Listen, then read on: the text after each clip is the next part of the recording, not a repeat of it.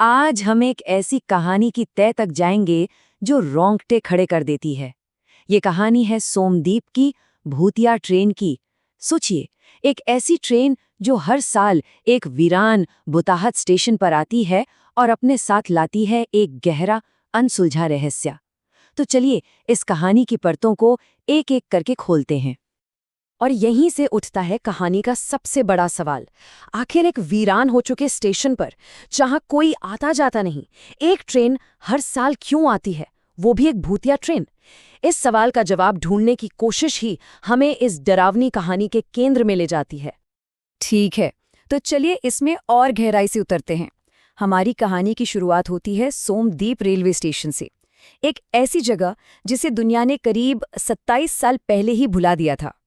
जरा सोचिए, चारों तरफ जंग लगी बेंचें, टूटे हुए साइन बोर्ड्स और अंधेरे में गुम होती पटरियां। बस यही सोमदीप स्टेशन की आज की पहचान है। दिन हो या रात, यहाँ कोई भी इंसान नहीं होता, कोई भी नहीं। और रोशनी रोशनी का तो सवाल ही नहीं उठता। यहाँ तक कि चांदनी रात में भी ये जगह घने अंधेरे में डूबी रहती है। पूरी तरह से वीरान। बस एक अजीब सी खामोशी है, जैसे किसी के आने का इंतजार कर रही हो। और इसी खामोशी को हर साल तोड़ती है सोमदीप की भूतिया ट्रेन।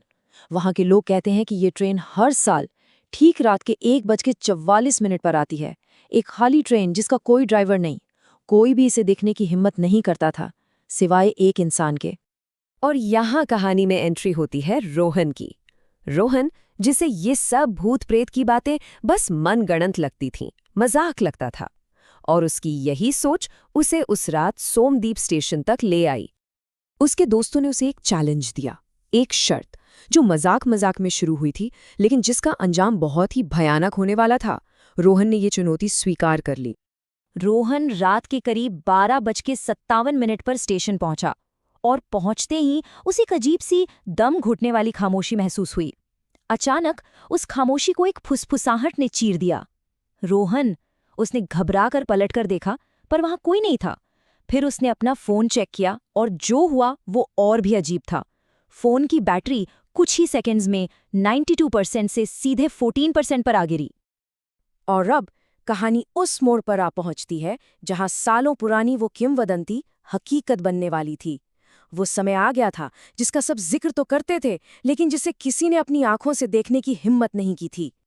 ठीक 1:43 पर अचानक जमीन में एक हल्की सी कंपन महसूस हुई।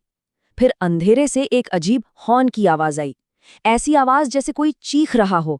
और फिर ठीक 1:44 पर वो ट्रेन अंधेरे को चीरती हुई बाहर निकली। वो समय आ चुका था।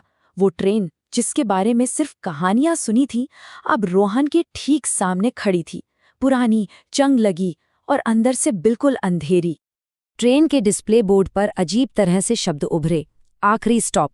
ट्रेन रुकी और दरवाजे एक अजीब सी चरमराहट के साथ खुल गए। अंदर से एक बर्फीली हवा का झोंका आया।